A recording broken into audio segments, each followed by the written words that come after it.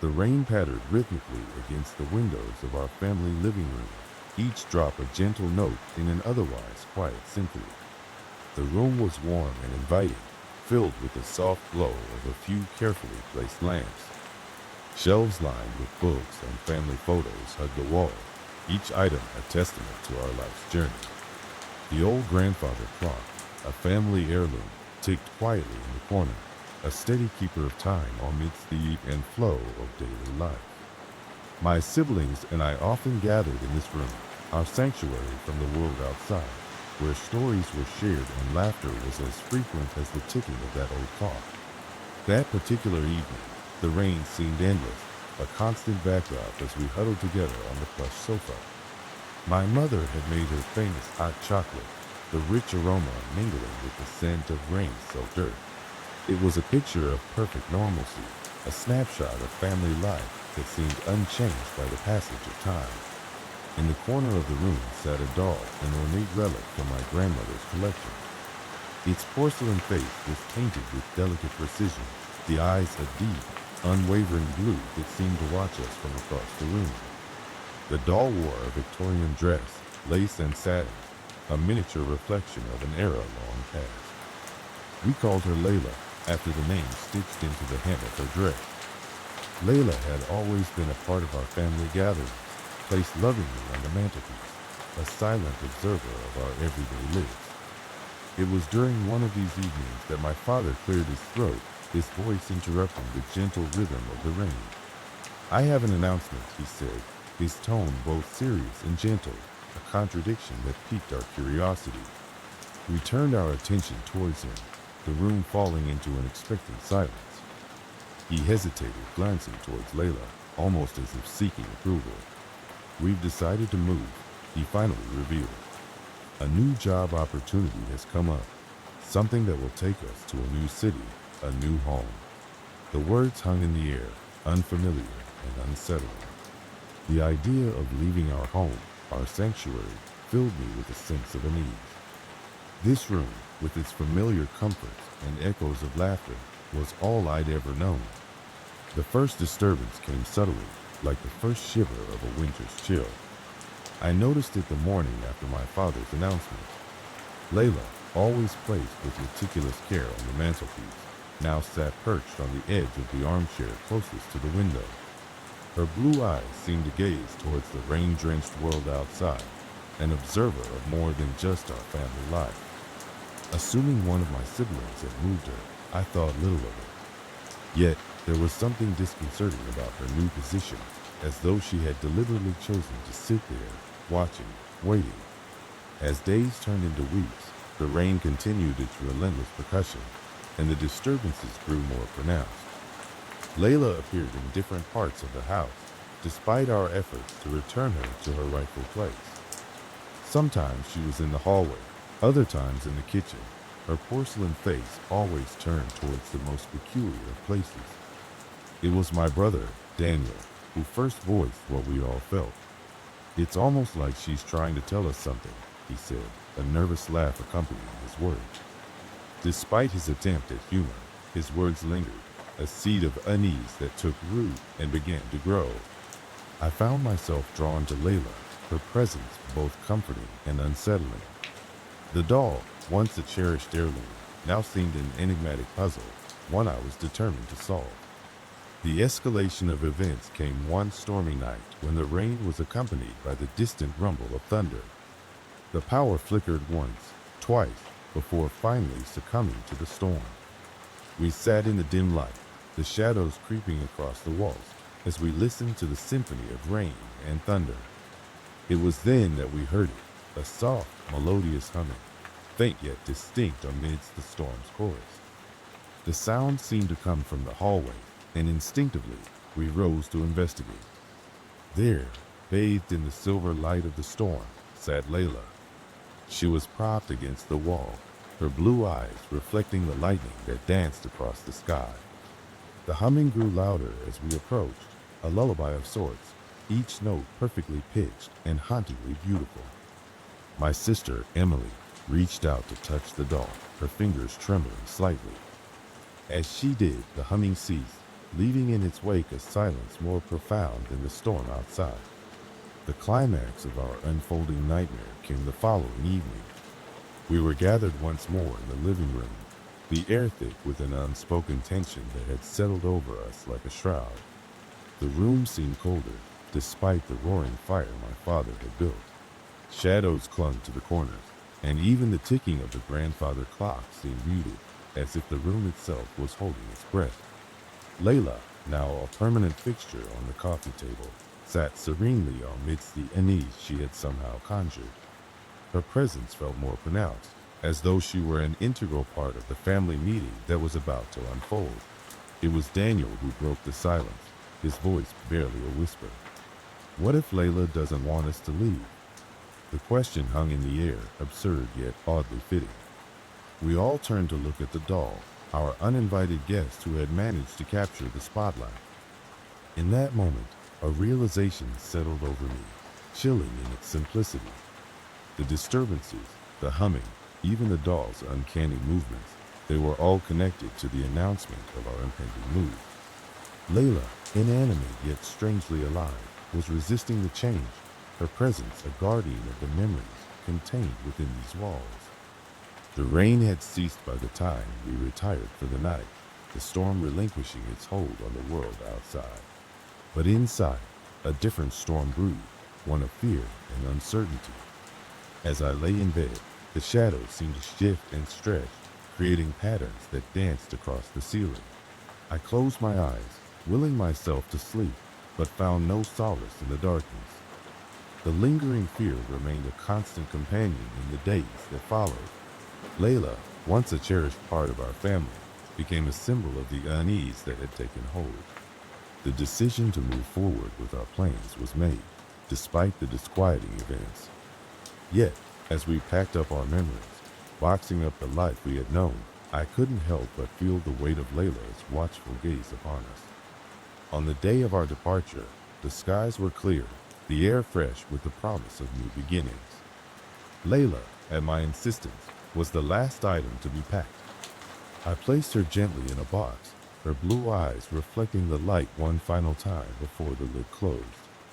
As the moving truck pulled away from the curb, I glanced back at the house, its facade a silent witness to the life we had lived within its walls. The fear, though diminished, lingered like a shadow, a reminder of the events that had unfolded. Layla, with her unyielding gaze and silent presence, had left an indelible mark on our lives. Even now, as we settled into our new home, I often found my thoughts drifting back to that doll, wondering if she had truly been trying to protect us, or something else entirely. The thought was both comforting and unsettling, much like the rhythmic patter of rain against a window pane. And as I stood in our new living room, surrounded by the familiar yet foreign echoes of family life, I realized that the true horror lay not in the events themselves, but in the unknown that lay just beneath the surface, waiting patiently to be discovered. The doll, Layla, had been the catalyst, the harbinger of change that we had been too blind to see.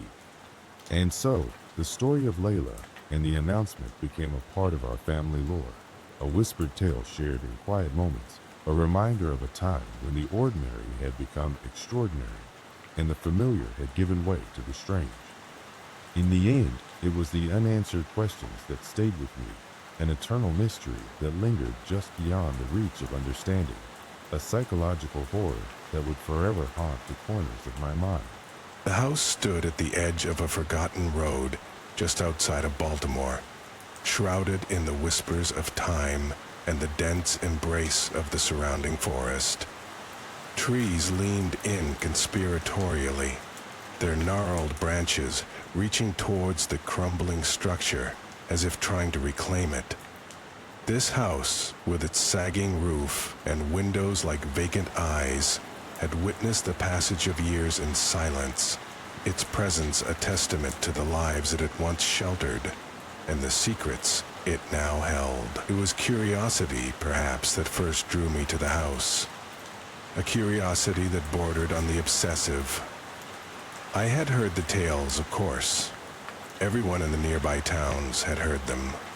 It was said that the house was haunted, but not by the typical restless spirits. No, the stories spoke of something else entirely. Something unnatural. A doll, they said, that moved with a will of its own, the embodiment of a curse or perhaps a spirit's vengeance. I dismissed these stories as local folklore at first, the kind of tales that sprout in places where the shadows linger a bit too long. Yet, the notion intrigued me.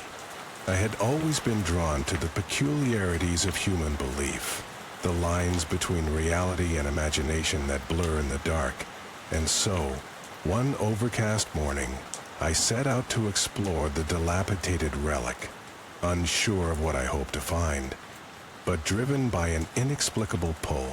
The path to the house was overgrown, weeds and wildflowers competing for space amidst the undergrowth.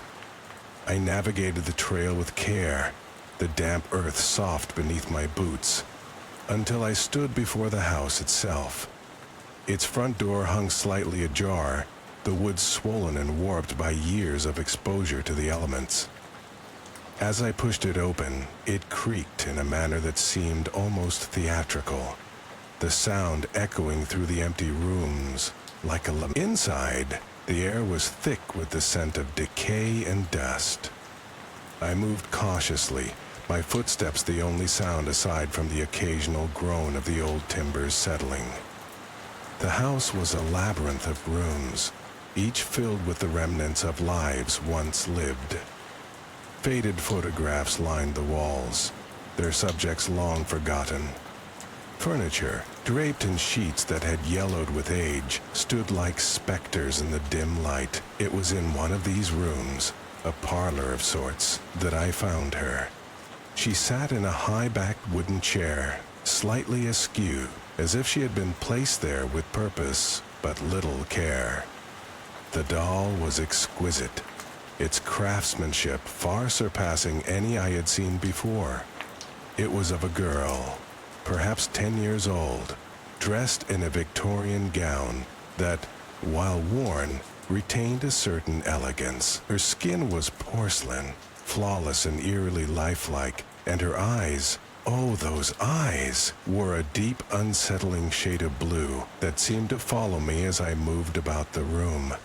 I approached hesitantly, the stories whispering in the back of my mind. The doll's hair, dark and glossy, was styled in ringlets that framed her serene, almost knowing expression. There was an aura about her, a presence that set her apart from the other forgotten objects in the room. Despite my skepticism, I felt the urge to speak to her, to break the uncanny silence. "Hello," I said, my voice absurdly loud in the stillness. "You must be Calliope." There was no response, of course, and yet the room felt charged as though the very air had shifted. I laughed at myself, a nervous chuckle that sounded hollow. It was absurd to feel unnerved by an inanimate object, and yet I decided to leave her there, convinced that my imagination had gotten the better of me. It was time to leave this place, to return to the comfort of the known world. But as I turned to go, a shadow passed over the windows, and I thought I saw a flicker of movement from the corner of my eye. I glanced back at Calliope, but she remained as she was, unmoving, her expression unchanged. I shook my head, chiding myself for succumbing to the atmosphere of the house. It was just a doll, nothing more, or so I told myself. In the days that followed, I tried to forget about the house and its peculiar occupant, to shake off the unsettling feeling that had clung to me since my visit. But Calliope haunted my thoughts, an enigmatic presence that refused to be ignored. I found myself dreaming of her, of those unblinking eyes and the feeling that they held secrets beyond comprehension. Compelled by something I couldn't quite name, I returned to the house several times over the next few weeks. Each visit played out much the same, with me wandering its rooms, feeling the weight of its history pressing in on me, and always I ended up in the parlor, face to face with Calliope. It became a sort of ritual, these visits, I would speak to her, recounting my day or pondering aloud the mysteries of the universe, filling the silence with my words as though to drown out the whispers of doubt in my mind. In return, I received nothing but the unwavering gaze of her eyes, though I began to suspect that there was more to her stillness than met the eye. It was during one such visit that the first true disturbance occurred.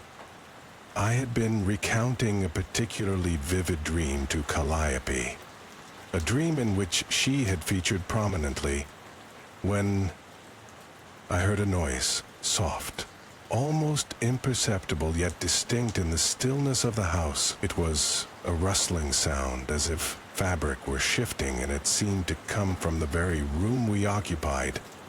I stopped mid-sentence, my heart thudding in my chest. The noise ceased as abruptly as it had begun, leaving only the echo of my unfinished words hanging in the air. I glanced at Calliope, half expecting to see her repositioned, but she remained as she had been. Yet, the feeling of being watched intensified, and I could not shake the sensation that she was aware of me. I left the house that day with the sound of rustling fabric replaying in my mind, a melody of unease that underscored my every thought. I began to question my sanity, the lines between reality and imagination blurring once more. But despite my fears, I felt drawn back, compelled to uncover the truth behind the doll and the house that harbored her.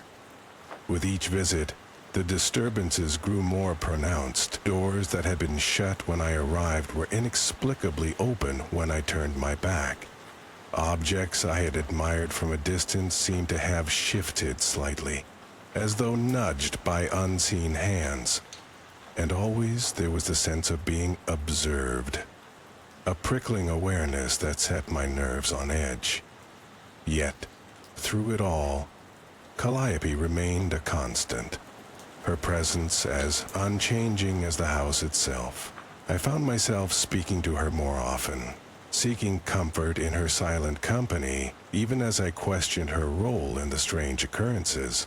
It was as though she held the answers I sought, concealed within the depths of her porcelain gaze. The day the climax of my encounters came was one shrouded in mist, the world outside the house reduced to shades of gray. I arrived with a sense of foreboding, as though the house had been waiting for me, its secrets poised to reveal themselves. I made my way to the parlor, the now familiar path through the decaying rooms, littered with memories of other people's lives. Calliope sat as always, her presence both comforting and unsettling. I greeted her as I had grown accustomed, my voice tinged with a quiet resignation. I had come to accept that something beyond my understanding was at play, that perhaps the stories of the house were grounded in truth after all. As I spoke, the atmosphere in the room shifted, the air growing thick with anticipation. A chill crept over me, and the shadows seemed to deepen, pressing in from the corners of the room. And then, without warning, the doll moved. It was a subtle motion, a small incline of her head, but it was enough to send a jolt of fear through me. I stumbled back, my heart racing, every instinct screaming to flee, yet I was rooted to the spot, my gaze locked with hers. The room seemed to pulse with energy, a tangible force that thrummed through the air.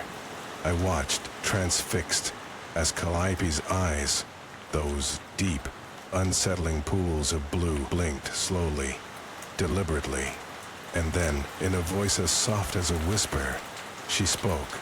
"You know why you are here." The words hung in the air, each syllable a weight pressing down upon me. I struggled to comprehend, to piece together the fragments of understanding that danced on the edge of my consciousness. The house, Calliope, the disturbances. It was all connected, a web of intention woven around me.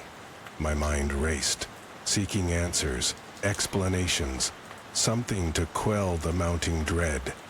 But before I could speak, Before I could voice the questions that burned within me, the shadow surged forward, enveloping the room in darkness. When the light returned, I found myself alone. Calliope sat as she always had, the stillness of the room undisturbed. Yet, the sense of presence remained, a lingering awareness that seeped into my bones. I knew then that I would never truly leave this place, that the house and its ghostly occupant had claimed a part of me. I left that day, the weight of what I had witnessed heavy upon my shoulder. Outside, the mist had lifted, the world beyond the house bright and unfazed by the events within. But I was changed, the lines of my reality forever altered by the encounter. The house at the edge of the forgotten road remains, its secrets undisturbed, its presence a silent vigil over the lives of those who dare to venture near. I have not returned, but the memory of Calliope haunts my thoughts, a specter in the shadows of my mind. And so it is that I live with a lingering fear, a knowledge that some mysteries are best left unsolved, that some doors are best left unopened.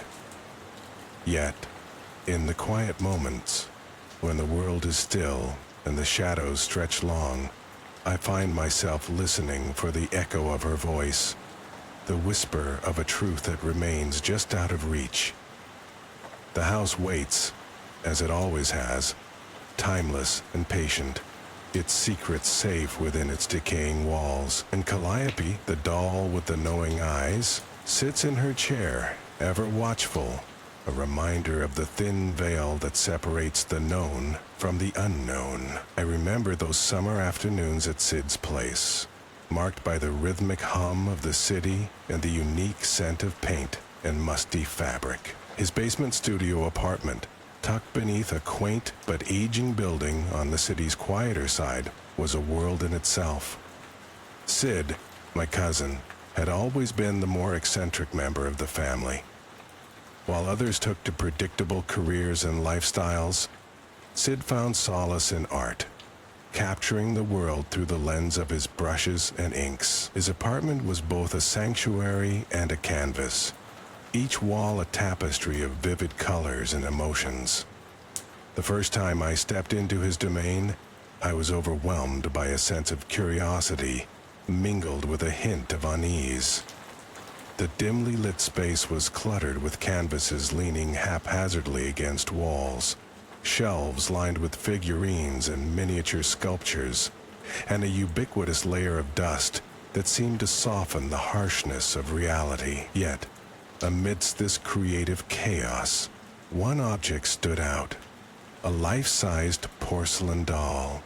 It was elegantly poised in a corner, its glossy surface catching the little light that penetrated the grime-covered windows. Sid introduced her as Claire, his partner in both life and art. "She inspires me," he said with a smile, gesturing fondly at the doll.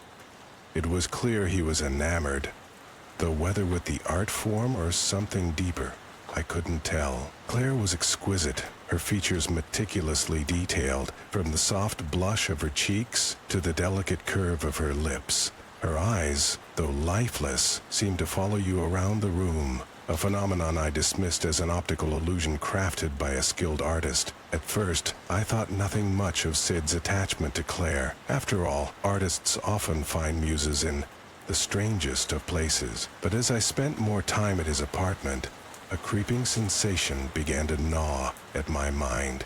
It was subtle, like the whisper of a breeze through a cracked window, but persistent nonetheless. The atmosphere was changing. Where once the space felt alive with creativity, there was now an undercurrent of something dark and brooding. It started with the whispers. At night, when the city settled into a rare silence, I would hear them, muffled and unintelligible, as if the walls themselves were trying to communicate. I shrugged them off as the wind, or perhaps the old building settling.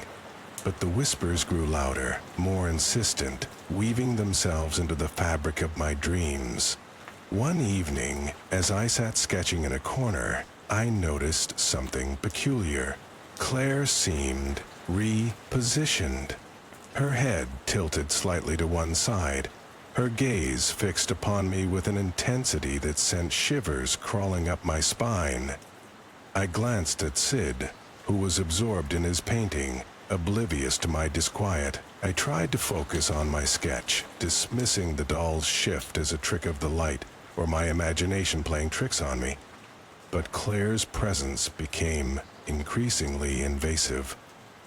I began to notice subtle changes in her appearance, faint cracks in her porcelain skin that seemed to repair themselves overnight, a softening of her expression that was almost imperceptible yet undeniable. It was as if the doll was trying to communicate, to bridge the chasm between inanimate object and sentient entity. I broached the subject with Sid, my voice tinged with hesitation. "Does Claire move?" I asked, trying to keep my tone light, as if jesting. He paused, brush hovering midair, brow furrowing in thought. "Sometimes," he replied, voice distant. "It's as if she has a life of her own." His admission, instead of alleviating my worries, only deepened them. There was something in his eyes, a flicker of unease, that mirrored my own. The disturbances escalated. I began to hear footsteps at night, soft yet distinct, pacing the creaky wooden floors. Shadows lengthened inexplicably, stretching across the room in defiance of natural light sources. Objects seemed to vanish, only to reappear in unexpected places, as if Claire was toying with us, asserting her presence in increasingly unnerving ways. The tension in the apartment became almost palpable, a heavy weight pressing down on everything. I found myself glancing over my shoulder, my heart racing at every unexpected sound. Yet Sid seemed unfazed, lost in his creation, as though he thrived on the very unease that threatened to unravel me. The climax came on a night when the air felt heavy with impending doom.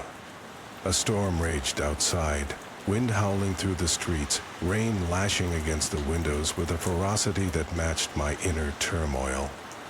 I lay on the couch, eyes wide open, heart pounding as I listened to the nightmarish symphony of creaks and whispers. Somewhere in the midst of the storm, I heard it, a soft, almost tender voice, whispering my name. I bolted upright, cold sweat trickling down my spine. The room was dark, shadows pooling in every corner, but my eyes were drawn inexorably to Claire. There she stood, as immobile as ever, yet there was no denying the aura of malevolence that seemed to radiate from her. Her eyes were locked onto mine, and in them I saw a reflection of my own fear. Desperation clawed at my throat. I called out for Sid, but my voice was swallowed by the storm, rendered mute by the oppressive atmosphere. I stumbled to my feet, heart pounding in my chest as I backed away from the doll. The walls of the apartment seemed to close in, trapping me in a nightmare of my own making. Then, as suddenly as it had begun, the storm abated. Silence descended, thick and suffocating. In that moment, I felt a shift, a loosening of the grip that held me captive. I turned to find Sid standing beside me, his expression a mixture of concern and understanding. "She's not what she seems," he murmured, eyes never leaving Claire. I nodded, unable to find words. The realization that this object, this doll, held such power over us was both terrifying and liberating. We were no longer mere observers in her game. We were participants, drawn into a dance that defied logic and reason. The morning brought a strange sense of clarity. The storm's fury had given way to a tranquil dawn, the soft light filtering through the windows to bathe the room in an ethereal glow. I looked at Claire, now seemingly innocuous in the daylight, and wondered how such a perfect creation could harbor such darkness. Sid and I spent hours talking, unraveling the mystery of Claire and the hold she had over us. He spoke of a collector he had met years ago, a man with a penchant for the macabre and the mystical. The doll had been a gift, or perhaps a curse, passed from one keeper to the next, each drawn to her for reasons they could never fully comprehend. As the days turned into weeks, the disturbances lessened, though the memory of that night lingered. Claire remained a fixture in Sid's apartment, a silent sentinel that watched over our every move. We were careful not to disturb her, to respect the boundaries of the strange agreement we had unwittingly struck. Yet deep down, I knew that the fear would never truly dissipate. It clung to my thoughts like a shadow, an ever-present reminder of the thin veil that separates our world from the unknown. Claire had become a part of us, a reminder of the mysteries that lurk just beyond the edge of our understanding. In time, I learned to coexist with the fear, to embrace it as a catalyst for creativity and introspection. I visited Sid often, each time more attuned to the subtle shifts in the apartment's atmosphere. There were moments when I swore I saw Claire move, her eyes following me as I wandered through the room, but I never mentioned it aloud. Some truths are better left unspoken, lingering in the silence like a forgotten melody, and in that silence I found a strange sense of peace. For in acknowledging the fear, I had unwittingly made it a part of myself, a companion on this journey through the unknown. Claire remained, a porcelain enigma in a world of fleeting certainties, her presence a constant reminder of the delicate balance between reality and imagination. The day we discovered the dollhouse was bright and calm, the kind of day you find only as summer subtly bows to the impending cool of autumn. The light filtered through the lace curtains of the attic window, casting delicate patterns on the dusty wooden floor. I remember the dust motes dancing in the air, diamonds in the morning sun. We just moved into the house a week prior, a charming Victorian relic, nestled at the end of a sleepy cul-de-sac. It was a house with history, steeped in tales of families long gone and lives once lived within its walls. That day, my daughter Clara and I decided to take on the challenge of exploring the attic, an endeavor we'd been putting off due to the sheer amount of forgotten things left by previous owners. There, among the remnants of past lives, a collection of antique trunks, old children's books with yellowed pages and cardboard boxes stacked high, was the dollhouse. It was grand, nearly as high as Clara, with intricate wooden carvings that mimicked the details of a real Victorian mansion. Its paint was faded, but the craftsmanship was exquisite, each tiny window framed with delicate lace curtains, just like the ones in our own living room. Clara's eyes widened with delight, her imagination instantly captured by the miniature wonder. "Mama, can I keep it?" she asked, her voice tinged with a mix of awe and hope. I hesitated for a moment, unease flickering briefly in my mind. But there was nothing overtly sinister about the dollhouse. Just a toy, albeit an old one, but harmless surely. "Of course, darling," I replied, brushing aside my instinctive misgivings. We managed to haul it down from the attic, its weight surprising for something so small. Clara set it up in her bedroom, arranging the little wooden furniture and dusting off the porcelain dolls with meticulous care. I watched her from the doorway, and for a moment, all felt right and ordinary. Days passed, and life resumed its steady rhythm. Clara spent hours playing with the dollhouse. It was enchanting to see her so absorbed, her imagination unfurling into elaborate narratives that only a child could concoct. Yet occasionally I'd find her staring at it, her expression one of deep concentration. When I asked her what she was doing, she'd simply shrug and say the dolls were having a party or a meeting, always with that peculiar intensity that seemed unfitting for a child's game. Then came the first disturbance, subtle and easily dismissed at first. I had been hearing things, a gentle tapping, like soft knocks, coming from Clara's room when no one was there. At times, I'd find doors open that I distinctly remembered closing, or a light left on in the middle of the night. Each incident was trivial enough to be attributed to forgetfulness or the old house's quirks. But beneath the surface, a quiet tension began to build, whispering to me that something was amiss. One night, I was stirred awake by the sound of Clara's voice. She was talking, her words indistinct but laced with urgency. I slipped from my bed and padded softly to her room. The door was ajar, and I paused at the threshold, peering in. Clara was seated before the dollhouse, the room aglow with the soft light of her bedside lamp. She was murmuring to the dolls, moving them about with deft fingers.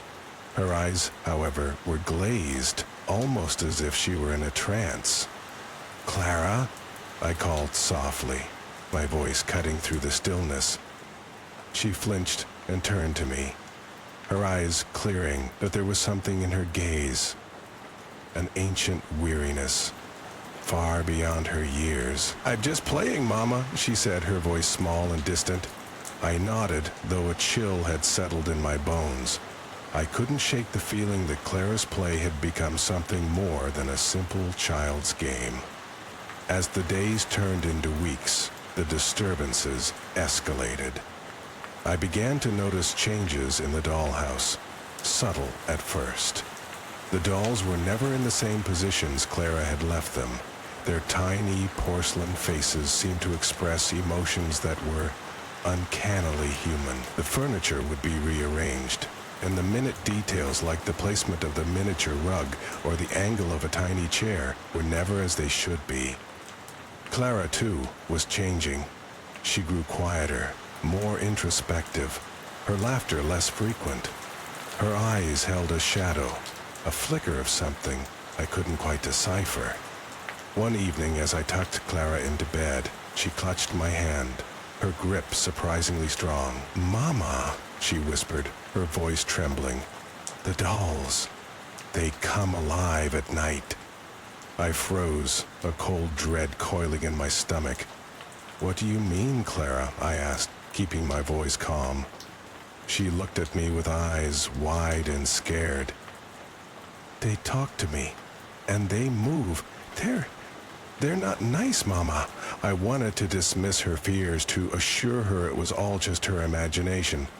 But the sincerity in her eyes, the genuine fear, made it impossible to doubt her words. I sat there, holding her, my mind racing. Could it be that the dollhouse was somehow more than it seemed? I couldn't ignore the evidence, the strange occurrences, Clara's behavior, the inexplicable changes within the dollhouse itself. With mounting urgency, I resolved to get rid of it. The next day, while Clara was at school, I carried the dollhouse back up to the attic, hoping to rid our lives of its unsettling influence. But as I set it down, I felt an overwhelming sense of dread, a visceral certainty that I was making a mistake. My hand lingered on its roof, and for a moment I swore I felt a pulse beneath my fingers, like a heartbeat thrumming within the wood. That night, the disturbances reached a terrifying crescendo. I awoke to the sound of voices, soft, insidious whispers that crept through the walls. The air was thick with a palpable tension, and an unnatural chill permeated the house. I stumbled from my bed, the whispers growing louder, more insistent as I moved down the hallway toward Clara's room. The door was open, swinging slightly as if caught in a gentle breeze.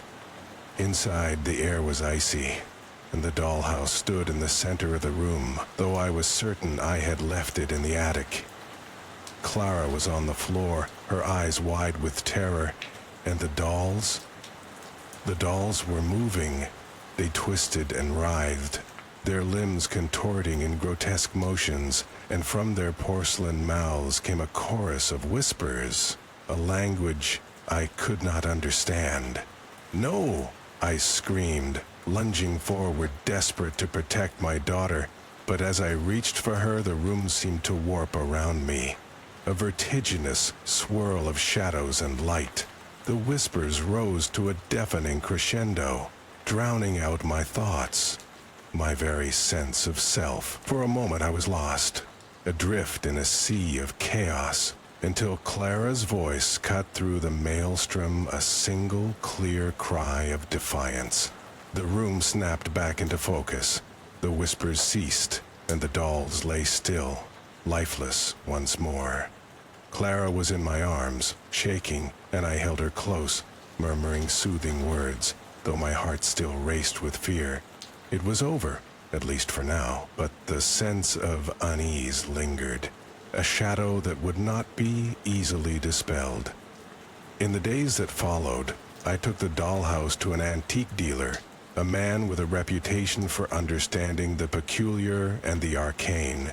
He listened as I recounted our experiences, his expression grave. When I had finished, he examined the dollhouse with careful precision, his fingers tracing the intricate carvings. "This is no ordinary toy," he said, his voice low and serious. "It carries a history, one steeped in darkness. To some, it's a portal, a bridge between worlds." I felt a shiver run down my spine. "What should I do with it?" I asked, desperate for guidance. "Destroy it," he replied, his gaze steady and unflinching. "Burn it and scatter the ashes far and wide."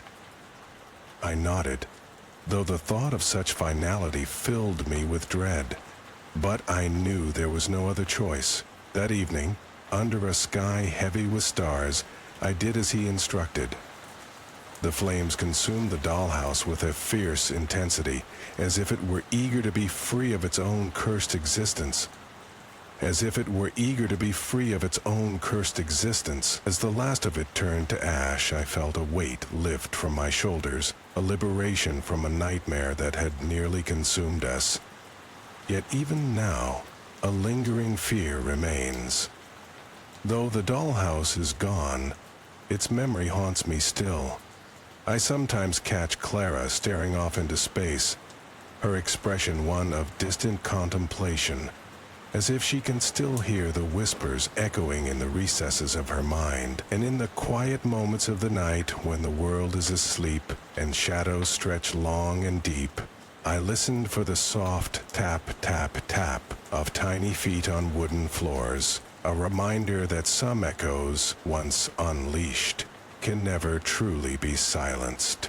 When I first moved into the old Victorian house at the edge of town, the allure of its antiquated charm was irresistible. Its faded grandeur spoke to a bygone era, with ornate woodwork and towering ceilings that seemed to echo with the whispers of history. I was drawn to it, enamored with the idea of restoring its former glory, and so I committed to the task with a hopeful heart. The house had been on the market for years, perhaps due to its intimidating size or the rumors of peculiar happenings that surrounded it. I'd heard the stories, of course, but I dismissed them as local folklore, the type of tales born in the shadows of small towns. The house had many rooms, each more intriguing than the last, but it was the spare room at the end of the corridor on the second floor that caught my attention. It was smaller than the rest, with a single window that allowed a sliver of light to filter through the thick drapes. It was here that I discovered the puppet, tucked away in an old, dusty trunk.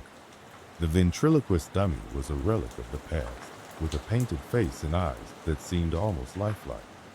Its wooden body was clad in a tiny tuxedo, a third of its buttons missing and its bow tie askew.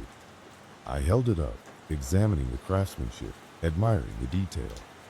It was a curious find, and though it unnerved me slightly, I decided to keep it as a peculiar piece of decor. Life in the house settled into a comfortable routine.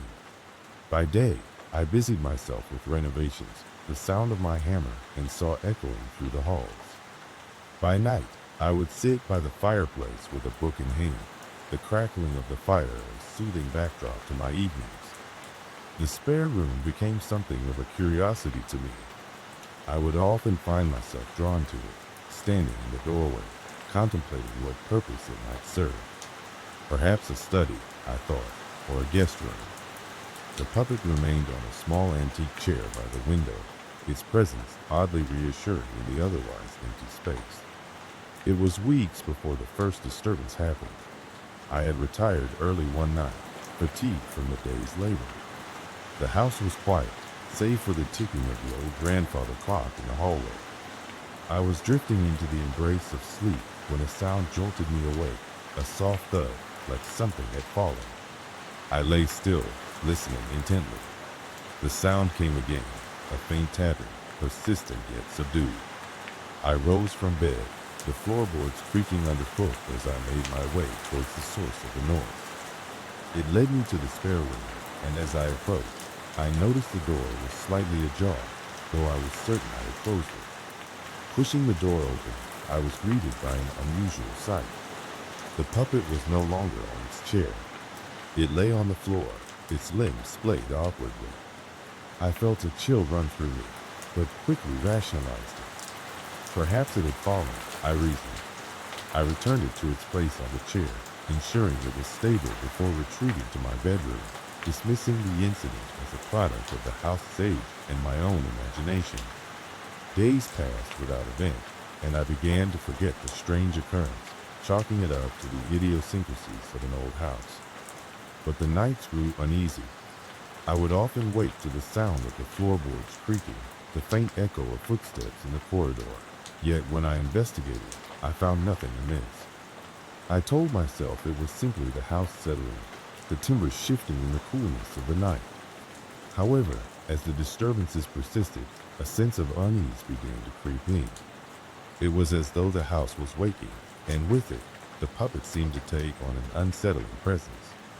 I found myself unable to shake the feeling of being watched, though I would turn to see an empty room behind me. The puppet's eyes seemed to follow me, its painted smile mocking in the dim light. Still, I resisted the urge to remove it, stubbornly holding onto my initial decision to keep it. The situation escalated, slowly at first, like the gradual tightening of a vice. One morning, I awoke to find the puppet not on its chair, but sitting at the foot of my bed.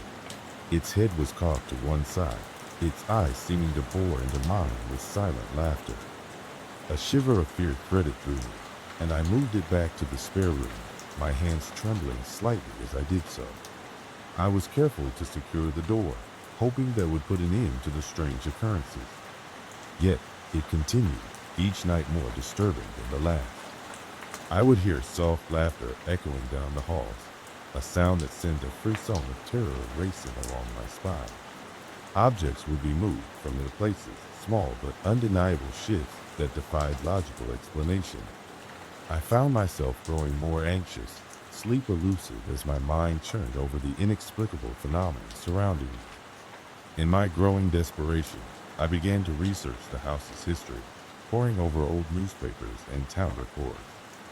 What I found was a fragmented tale of a ventriloquist who had once lived in the house with his beloved dummy, performing for the town until a tragic accident claimed his life. The puppet had been his most prized possession, his confidant and partner. The stories hinted at a deep bond, one that transcended the boundaries of the living and the inanimate. There were whispers of seances and attempts to contact the beyond, the lines between reality and illusion blurring as the ventriloquist's obsession grew. I realized then that I had unwittingly become part of this narrative, the puppet drawing me into a dance that was both enthralling and terrifying. I resolved to rid myself of it, to break the cycle before it consumed me. One stormy night, I carried the puppet to the attic, placing it in the darkest corner, hoping that out of sight would indeed mean out of mind. I returned to my room, the sound of rain tapping against the window, a comforting reminder of the world outside. But the climax was yet to come. I awoke to the sound of my own name whispered in the dark, a soft, insidious voice that curled around me like smoke. There, at the foot of my bed, sat the puppet, its eyes gleaming with a malevolent intelligence that sent my heart racing. It was as though the air had thickened, the temperature dropping in an instant as a palpable energy filled the room. I backed away, fear clawing at my throat, my mind a whirl of disbelief and dread. The realization struck me with the force of a tidal wave. The puppet was not merely a vessel of entertainment, but a conduit for something far darker, a presence that had lingered long after the ventriloquist's demise. It was not just the house that was haunted, but the puppet itself, imbued with the spirit of its former master. In that moment, I understood that I was trapped in its sinister game, a plaything in the hands of an unseen puppeteer. I fled the room, the puppet's laughter ringing in my ears, a sound that would haunt my waking hours and disturb my restless sleep. I lived in a state of constant vigilance, my every nerve attuned to the slightest sound, every shadow or potential threat. The puppet's presence lingered, a specter that tainted the air with its oppressive aura. I could feel it watching, waiting, its influence extending beyond the boundaries of the spare room. I thought often of leaving the house, abandoning the restoration project that had once filled me with such hope.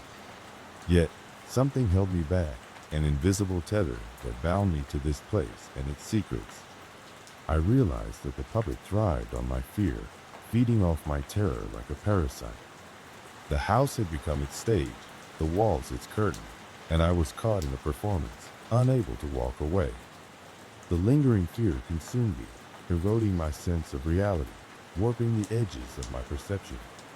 I would catch glimpses of movement in my peripheral vision, a flash of color that disappeared when I turned my head. The laughter echoed in my mind, an incessant reminder of the thin line between sanity and madness. I resolved to confront the puppet, to face the darkness that held me captive. Armed with resolve and the flickering flame of a candle, I entered the spare room one final time. The puppet sat in its chair, its eyes fixed on me, as though it had been waiting for this moment. I felt a surge of determination, a flicker of defiance as I approached.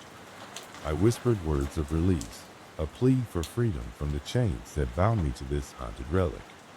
The air seemed to shift, a sigh escaping the walls as though acknowledging my intent. I watched as the candle's flame wavered, casting shadows that danced across the puppet's face, distorting its features into a grotesque mask. In that moment, I felt a release, a loosening of the grip that had held me for so long. The puppet's eyes seemed to dim, its presence waning as if the spirit had finally heeded my call. I left the room, closing the door and sealing away the darkness within. Though the house remained, its walls bearing silent witness to the trials I had faced, the puppet's influence had faded. I no longer felt its gaze, nor did I hear its laughter haunting my waking dreams. Yet, the memory of that time lingered, a shadow that would never entirely lift. I continued with the restoration, pouring my energies into the task until the house stood resplendent, a testament to resilience and renewal. Visitors would often remark on the beauty of the spare room, now a sunlit study filled with books and warmth. But I never spoke of the puppet, nor the chilling dance we had shared, for some stories are best left untold, whispered only in the quiet hours of night to remind us of the mysteries that dwell on the edge of perception. The coffee shop was a small, unassuming refuge in the heart of Clayton. Caldy's Coffee Shop had always been my sanctuary, a place where the rich aroma of freshly ground beans mingled with the gentle hum of conversation. Regular patrons occupied their usual spots, nestled in corners with books or engaged in quiet discussions.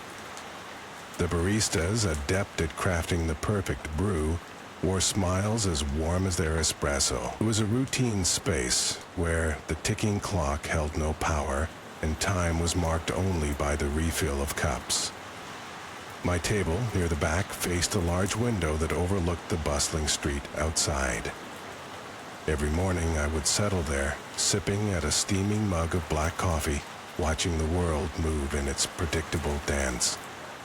My journal lay open before me, capturing thoughts and sketches, fragments of my day that I deemed worthy of remembering. Life was painted in soft, predictable strokes, the palette of Caldy's comforting in its constancy. One rainy afternoon, as the clouds hung low and the drizzle drew silver lines down the glass, I noticed something new. On a small shelf behind the counter, amid the usual display of mugs and bags of roasted beans, was an object I hadn't seen before. It was a puppet. Its form slumped awkwardly against the wall, as though abandoned by a careless hand. It was made of simple cloth and wood, with limbs that dangled like forgotten dreams. The most unsettling detail, however, was its face. Or rather, the absence of one. Where features should have been, there was only a smooth, blank space, devoid of eyes, nose, or mouth. It was a curious artifact, out of place among the cheerful trinkets that typically adorn the cafe. I asked James, the barista, about it when he came over to refill my cup. "Oh, that thing?" he said, glancing over his shoulder. "It just appeared one day. No one seems to know where it came from. We thought it might be some kind of art project, but, well, it's a bit creepy, isn't it?" I nodded, unable to shake the feeling of unease the puppet inspired. Its facelessness seemed to demand attention, a silent cry to be noticed in a room full of people pretending not to see it. I returned to my journal, hoping the familiar act of writing would dispel the discomfort. But every now and then my eyes would drift back to the puppet, as though drawn by an invisible thread. Days passed, and I found myself curiously fixated on the puppet. Its presence became a quiet backdrop to my visits, a whispering shadow that lingered at the periphery of my routine.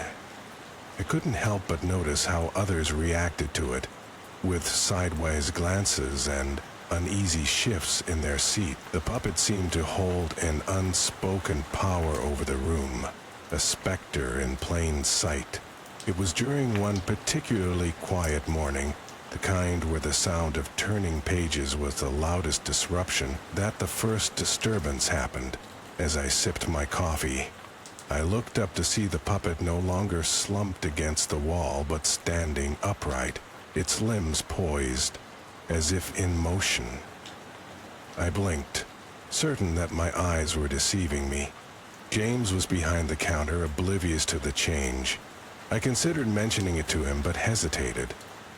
The rational part of my mind insisted that someone must have moved it, perhaps an attempt to disrupt the monotony of its faceless watch.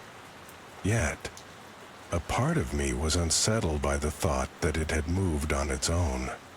That evening, as I lay in bed, I replayed the scene over and over.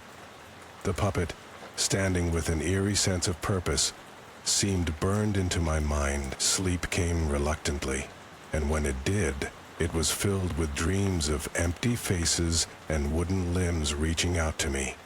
I awoke with a start, heart pounding as if I had narrowly escaped some unseen threat. Returning to Caldi's the next day, I was both eager and apprehensive about seeing the puppet. It was back in its original position, slumped and harmless. Yet I couldn't shake the feeling that it was somehow aware of my presence. I watched it more closely, noting how its position seemed to shift slightly with each visit, as though caught in a dance invisible to human eyes. I began taking notes in my journal, documenting each subtle change, each inexplicable movement. The puppet had become a puzzle, one I was determined to solve.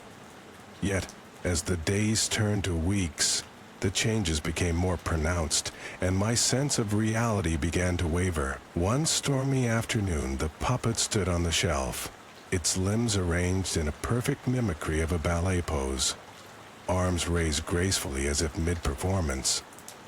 I watched, transfixed, as its shadow seemed to elongate across the wall, a dark specter that reached for the ceiling. My skin prickled with an unsettling chill, the air around me heavy with an inexplicable weight.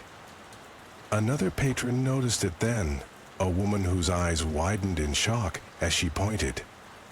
The puppet object seemed to hold his lid in shock as she pointed. "Did you see that? It moved," she exclaimed, her voice a mixture of disbelief and fear. Conversations halted, heads turned, and for a moment, the puppet was the center of Caldy's universe. James hurried over, his expression a mix of concern and curiosity, but by the time he reached us, the puppet was back to its inert state. Whispers filled the cafe, patrons exchanging theories and nervous laughter, trying to rationalize the irrational. Yet, beneath the surface, I sensed a growing tension, a collective unease that hung in the air like a storm cloud. My heart raced with a strange blend of fear and excitement, the puppet's mystery pulling me deeper into its shadowed embrace. The escalation was subtle, like the slow tightening of a vice. The puppet's movements became more frequent, more deliberate, and each time I felt a growing dread that seemed to seep into my bone. It was as if the puppet was drawing energy from its surroundings, feeding on the attention it garnered, growing bolder with each performance. I found myself returning to Caldy's more often, unable to resist the pull of the puppet's silent drama. It was as if it had become my muse, guiding my pen across the pages of my journal with an unseen hand. My writings grew darker, more introspective, as if the puppet's faceless void was a mirror reflecting my own hidden fears. One evening, as the cafe was closing, I lingered longer than usual, watching the puppet from my seat. The room was empty save for myself and James, who busied himself with closing tasks. The rain outside had intensified, a relentless drumming against the windows that matched the rhythm of my racing heart. Suddenly, the puppet's strings began to move, not with the jerky motions of an inanimate object, but fluidly, with a grace that was both mesmerizing and terrifying. I watched, unable to look away, as it danced across the shelf, its limbs twisting and turning in a ballet that defied logic. James, noticing my rapt attention, followed my gaze. His face went pale as he saw the puppet's dance, his hands trembling so that he nearly dropped the mug he was holding.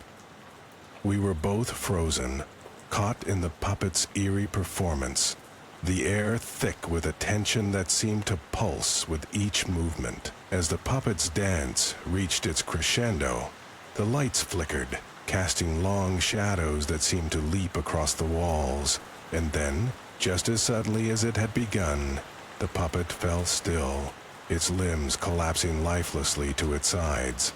The silence that followed was deafening, broken only by the soft patter of rain against the glass. James and I exchanged a look, a shared understanding passing between us that words could not capture. The puppet was more than an object. It was a presence, a haunting force that defied explanation. We both knew, without speaking, that something had changed, that the boundaries of our reality had shifted in ways we could not comprehend. The next day, Caldy's was abuzz with talk of the puppet. Patrons who had witnessed its dance shared their stories, their voices tinged with a mix of fear and wonder. The puppet had become a legend, its faceless form sparking imaginations and igniting a sense of the uncanny in all who saw it. Yet, for me, the puppet's presence was more than a curiosity. It was a constant shadow, a lingering fear that refused to dissipate. I found myself drawn to it in ways I couldn't understand, as if its facelessness mirrored the parts of myself I had long kept hidden. It was a puzzle I could not solve, a mystery that refused to be unraveled. As I sat in my usual seat, watching the puppet with an intensity that bordered on obsession, I realized that it would remain with me, a specter haunting the corners of my mind. The puppet's dance had marked a turning point, a moment when the ordinary had slipped into the extraordinary, and my perception of reality had forever been altered. The puppet remained on its shelf, a silent sentinel watching over Caldy's with an enigmatic gaze, and though the cafe continued its daily routine, the puppet's presence lingered, a reminder of the thin line between the seen and the unseen, the known and the unknown. I left the cafe that evening, the rain having subsided into a gentle mist. As I walked down the street, the puppet's faceless form loomed large in my thoughts, its mystery a haunting melody that played on a loop in my mind. I knew that it would always remain with me, an eerie echo of the day. The world had shifted, and the dance of the faceless puppet had begun.